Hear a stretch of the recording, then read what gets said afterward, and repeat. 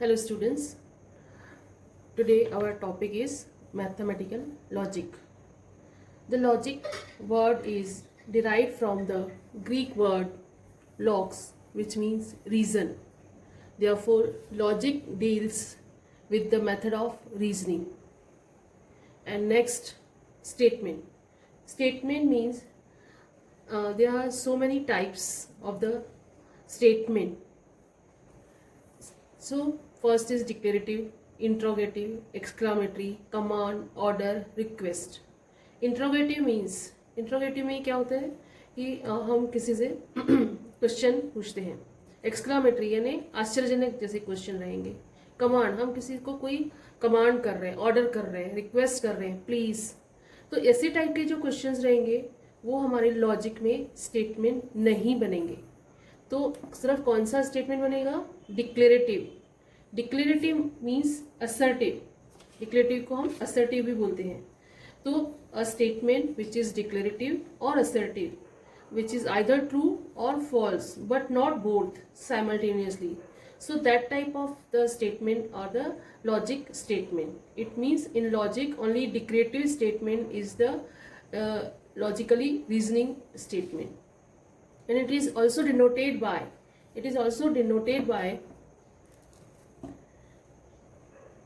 the statements are denoted by small alphabetical order, that is either P, Q or etc. Okay, so the next topic is truth value.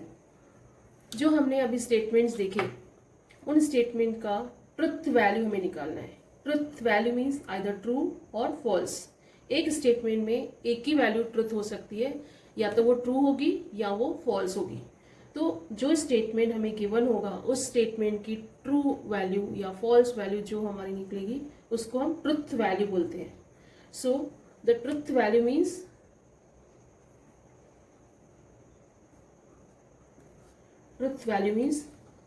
if a statement is true,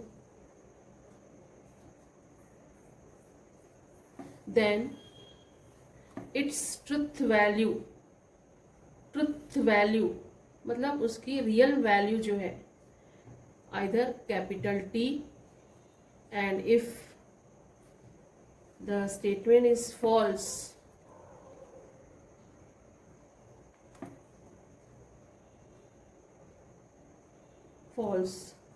then its truth value is false.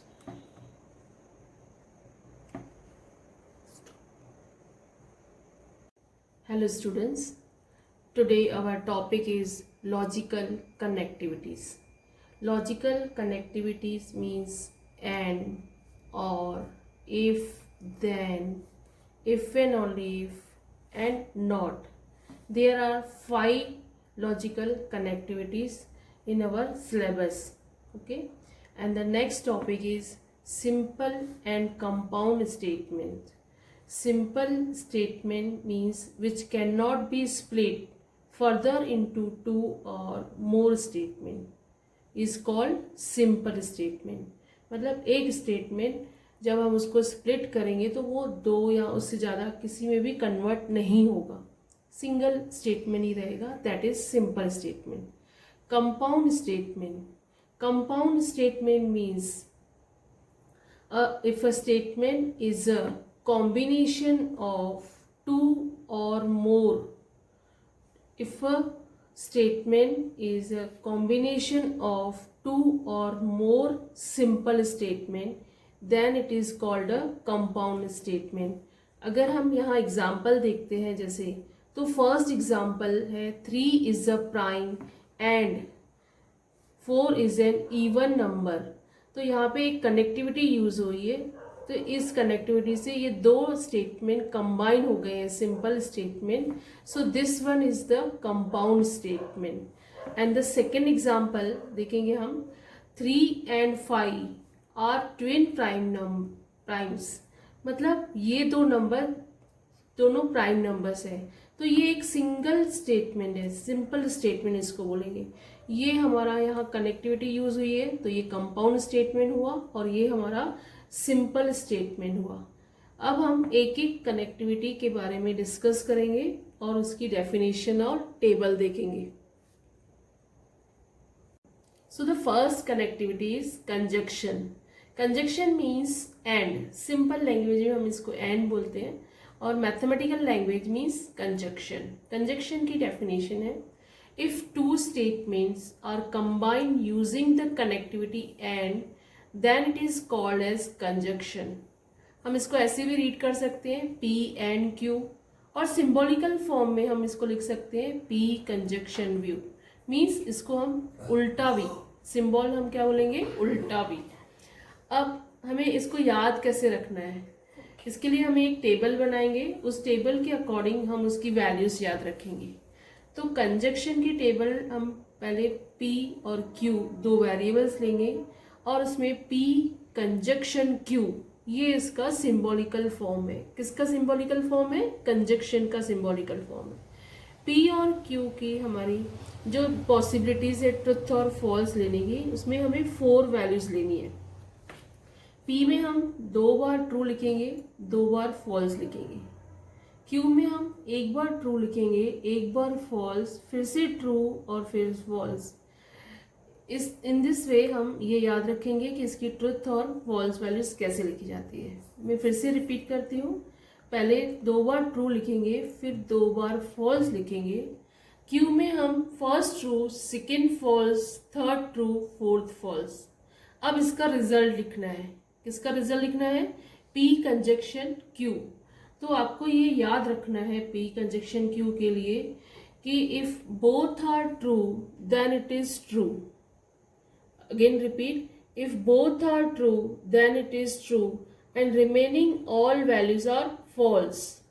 ये ऐसे याद करने का बहुत easy method है कि P और Q दोनों ट्रू रहेंगे तो इसका आंसर ट्रू रहेगा और बाकी सारे आंसर्स का सारे रिजल्ट्स हमारे फॉल्स रहेंगे। ओके, सो ये हमारी फर्स्ट कनेक्टिविटी थी, that means conjunction. Second connectivity है हमारी disjunction. Now the next connectivity is disjunction. Disjunction means और, इसको हम और के नेम से भी याद रख सकते हैं। तो इसकी डेफिनेशन है, if two statements are combined by using the logical connectivity or then it is called as disjunction. हम इसको रीड कैसे करेंगे, P disjunction Q। Disjunction mean V का सिंबल यहाँ दिया हुआ है, P डिसजंक्शन Q।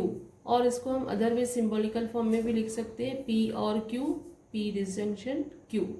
अब इसकी टेबल हमें अच्छे से लर्न करनी है और ये टेबल अगर हमें अच्छे से लर्न हो गई तो हम बाकी के प्रॉब्लम्स भी अच्छे से सॉल्व कर सकते हैं। तो अगेन यहाँ पे 2 वेरिएबल्स हमने लिए हैं, PQ, P disjunction Q symbolic है। P की ट्रुथ टेबल, P की जो ट्रुथ टेबल है वो जब हम यहाँ डिफाइन करेंगे तो सेम प्रोसेस रहेगा जैसे हमने कंजक्शन में किया था, 2 बार ट्रू, 2 बार फॉल्स। Q में भी सिमिलरली वैसे ही हम लिखेंगे, ट्रू, फॉल्स, ट्रू, फॉल्स। और हम इसका रिजल्ट्स 1 बाय 1 लिखेंगे। तो फर्स्ट रिजल्ट आएगा ट्रू। इसको याद करने का एक तरीका सिंपल है कि if both are false then it is false. If both are false then it is false and remaining all are true. ये result just opposite of conjunction का है। कंजक्शन में हमने रीड किया था, if both are true then it is true, if both are true then it is true, and disjunction में रहेगा if both are false then it is false।